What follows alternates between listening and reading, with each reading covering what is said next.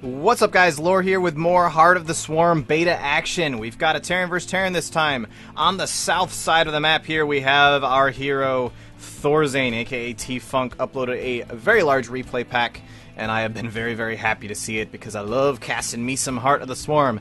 His opponent, on the west side of the map in the blue, we have none other than ForGG. Yes, ForGG. If you're watching this on the stream, we just saw a game. I don't think I'm going to end up uploading it to YouTube, but we just saw a game between ThorZain and ForGG that did not go very well for ForGG. We'll have to see if he does any better this time. Now, this map, let's talk about the map for a second, because I don't believe I've done too much on this map just yet. The interesting thing here, I keep forgetting the name of this. I believe it's Core Hall City? Core Hall something. Anyway, the name of this map we have, or the thing on this map, is that there's this expansion just right here. Just right over here. It's inside of the main. It's up the main's ramp. It is a wide ramp, but it's right here inside the main, which means very early expansion play is just really, really good on this map. You see people getting away with a very early expansion. In fact, that's not what ThorZain's doing. He's going for a very fast barracks. But you see people doing very, very fast expansions everywhere else already. Why not give them a map that just puts the expansion right there? Just why not? No big deal at all. A couple other interesting things. We have this potential third base, but it is blocked by destructible debris. And down over here, we have this other potential third or fourth base. I would actually normally call this the... I would normally call that the third, just because the positioning, it is kind of out of the way a little bit. But it has this destructible, or this collapsible rock tower. This only has 500 health, so it doesn't take very long to actually kill.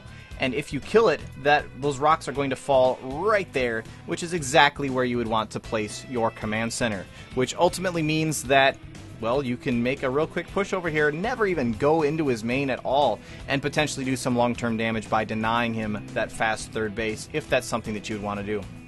So we've got a little bit of scouting going on here.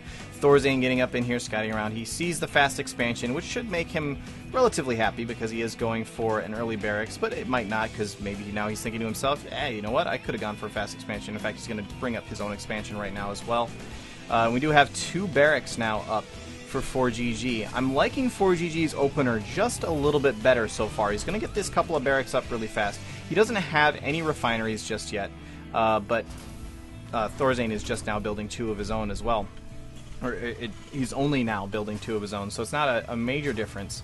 And I expect we may see them pretty quickly out of ForGG here. It's a little bit more risky against some sort of really, really early all-in, but I feel like on this map, those aren't as doable regardless. So, do like ForGG's opener just a little bit more here. It just seems to be getting him in a little bit, and he's now in fact going up to 3 barracks very, very quickly and finishing up both of his orbital commands as well. As this one's about halfway done, but otherwise it will be done very soon.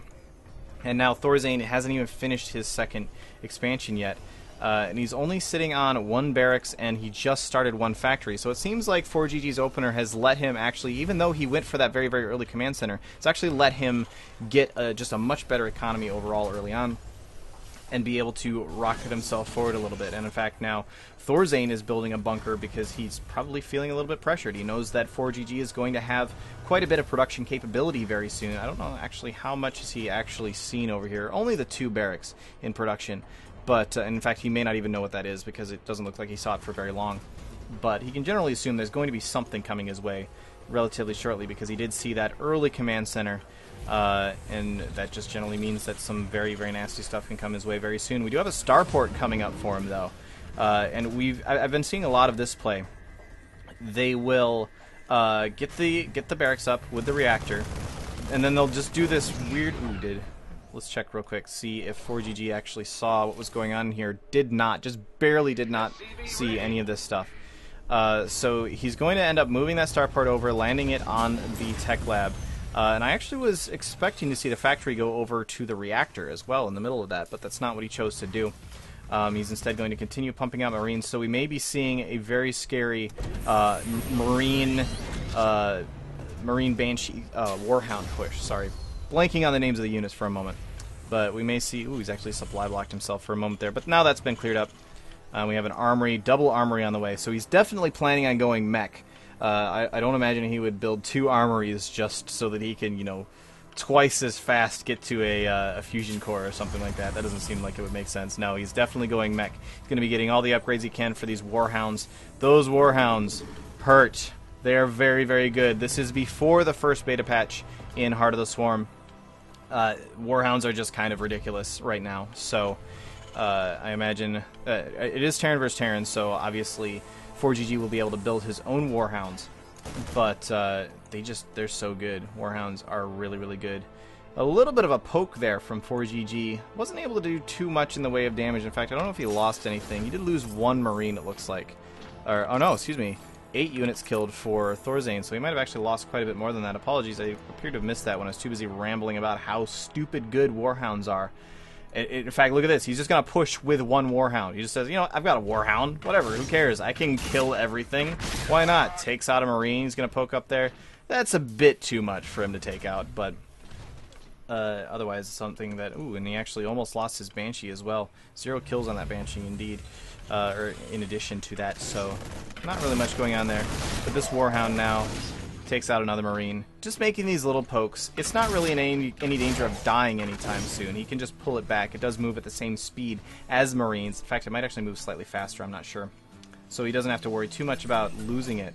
But he is going to poke at it. As I say that, he allows it to stand still and die. So, bit of a slip up there. Bit of a miss micro from ThorZain. But who cares? He's got another one, right? Just more Warhounds. Warhound died, build more Warhounds. No problem at all.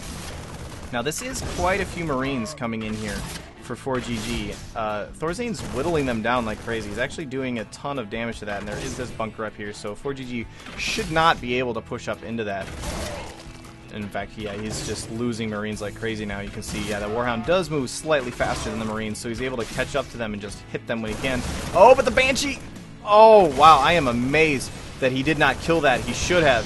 He did decide to turn around here and take out that Warhound, so that is a victory for him. But I feel like he pulled away at just the worst possible moment and was not able to kill that Banshee. But he's going to come up in here. He's going to take out that bunker, take out the remainder of those Marines, but there might be yeah, especially now with those SCVs pulling over there. That's too much for him to be able to take out those remaining Warhounds.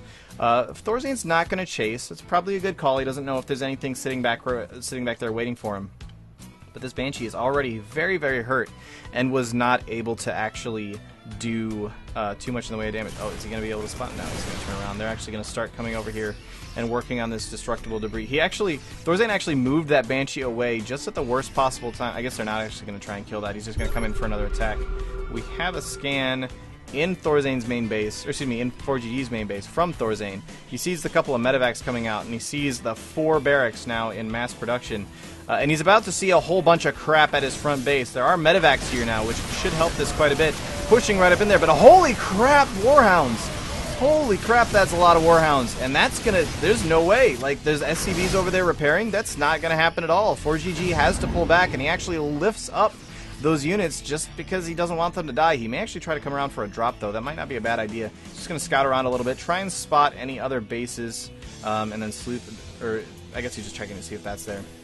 Or maybe he's just trying to get into position. But either way, he's gonna sneak around here with this drop. We do have this Banshee has been repaired up, and it looks like it might be moving in here soon, but here comes the drop coming right into the mineral line of ThorZain, able to take out 1 SCV, 2 SCVs, 3, 4, 5, and do a whole bunch of damage to that refinery as well. 6 now, 7 now. What is ThorZain doing? He needs to take this out. That is so much damage. That is his mineral line. That is his mineral line gone. It looked like there was a push at the front as well. Lost a couple of Marines up over there in the middle of that, but his mineral line has been decimated down to 11 workers on that mineral line. He did lose the drop. He was able to take it out with those couple of Vikings that were there. And now moving up in here, okay, so there's a lot of economical damage that's been done to ThorZain at this point. He is lower on supply now. And he's just going to turn around. He's going to stim, come in here, come at these Warhounds. But sorry, dude, you can't do that. They're freaking Warhounds, man. You got to run away. And there's now Vikings out here. They're picking apart these medevacs. He's going to try again for another stim, go in there and take him out. He takes down 2 Warhounds. And he may actually be able to push through here. He takes down, yes, he does. The remainder of the Warhounds are now dead.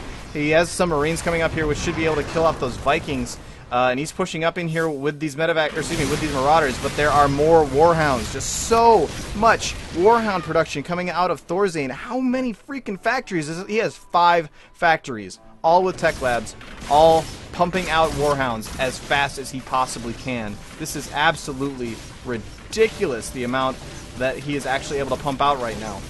So many Warhounds. He's just going mass Warhound. He's not even building any other attacking units. It's just Warhounds at this point.